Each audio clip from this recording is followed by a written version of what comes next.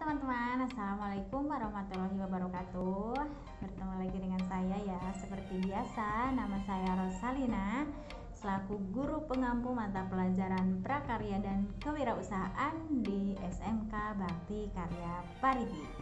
Seperti biasa bahwa saya pada kesempatan kali ini akan membawakan materi lanjutan dari materi sebelumnya. Dan ini tuh masih tentang budidaya unggas petelur. Nah, jadi yang akan saya bawakan materinya pada saat ini adalah tentang media promosi hasil dari budidaya unggas petelur itu sendiri.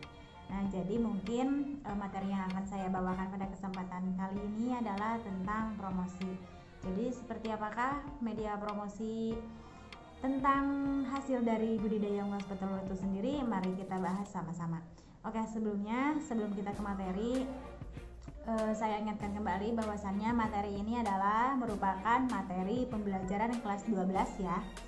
Dan ini juga merupakan materi semester 1. Jadi media promosi produk hasil budidaya unggas petelur. Pengertian dan jenis-jenis promosi hasil budidaya unggas petelur.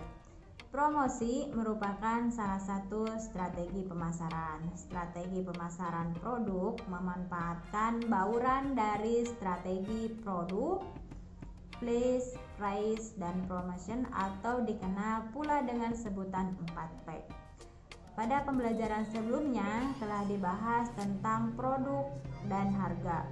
Jadi pengertian dari produk yaitu produk atau produknya itu sendiri, sedangkan price adalah harga ya, harga dari produk yang akan kita jual itu sendiri, harganya berapa dan sebagainya.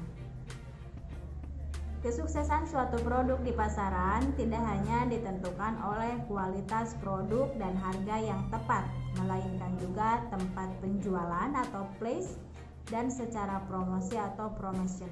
Nah, jadi makanya dinamakan 4P karena bauran dari unsur produk atau produk, terus price atau harga, place tempat, dan promotion adalah atau promosi. Kegiatan dan media promosi bergantung dari pasar sasaran yang merupakan target dari promosi tersebut dan tempat penjualan produk dilakukan. Nah, jadi promosi di sini atau lakunya sebuah produk tersebut, produk yang akan kita pasarkan itu tuh tidak selalu bergantung terhadap kualitas produk tersebut.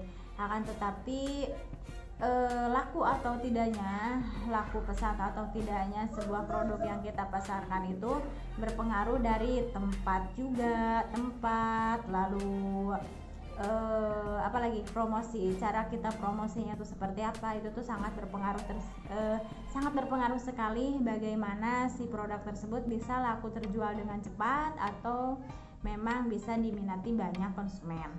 Nah, tempat di sini kenapa berpengaruh terhadap laku atau tidaknya si produk tersebut? Karena memang ya jelas sekali tempat sangat berpengaruh ya. Salah satu contohnya ketika kita datang ke suatu tempat yang tempatnya itu benar-benar strategis sekali, kita juga merasa nyaman di sana, terus kita juga merasa dilayani di sana dengan baik. Nah, kita juga pasti kalau misalkan kita membeli suatu produk itu tuh kita akan balik lagi ke sana. Nah, seperti itu.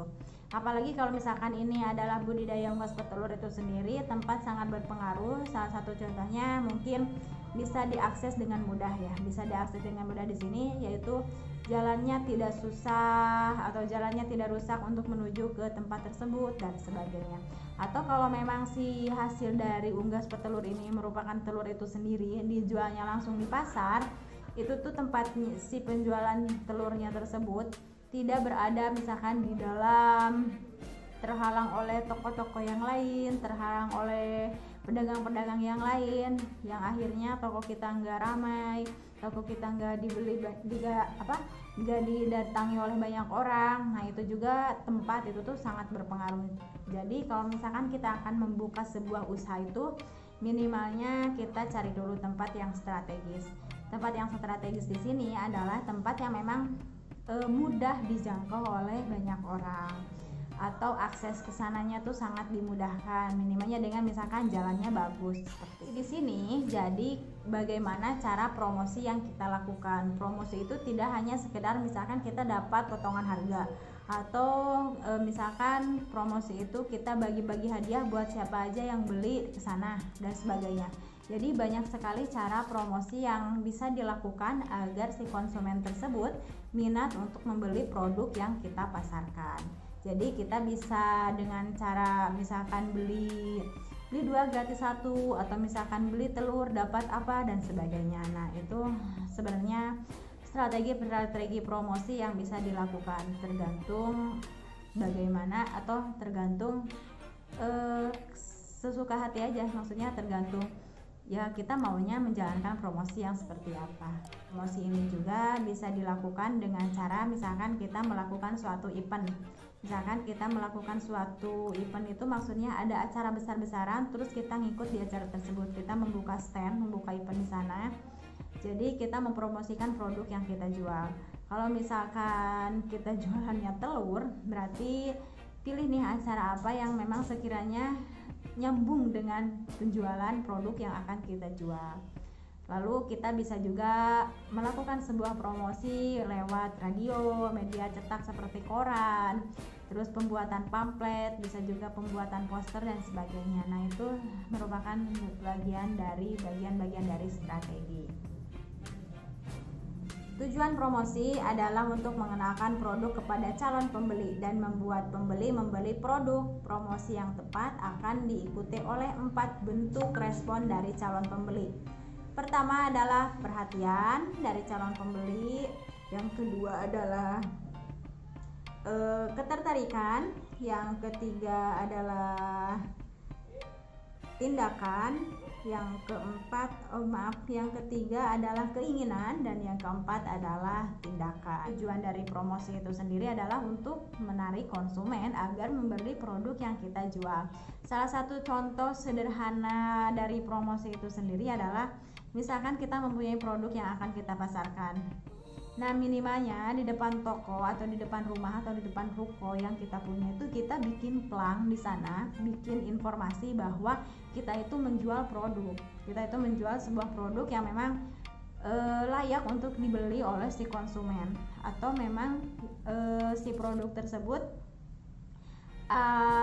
menarik si konsumen yang ingin membeli produk yang kita pasarkan. Minimalnya ya seperti itu. Jadi kalau misalkan kita jualan terus kita enggak bikin plang, kita enggak bikin pamflet, kita enggak bikin poster, minimalnya di depan toko atau ruko kita. Terus kalau misalkan ada konsumen yang dia itu nggak mau nanya-nanya dulu terkait produk yang kita jual, dia hanya misalkan minimalnya dengan cara melihat aja di sana itu sebenarnya jualan apa, kok nggak ada plang dan nggak ada petunjuk apapun. Nah, itu si konsumennya pasti nggak bakalan mau gitu kan, minimalnya mampir ke ruko kita. Tapi kalau misalkan kita bikin plang, bikin papan informasi terkait produk yang kita jual, nah si konsumen tersebut walaupun misalkan dia nggak minat membeli produk yang kita jual, tetapi karena dia wah kayaknya ini produk bagus nih, cocok nih buat saya nih, coba mampir. Nah, minimalnya kan seperti itu.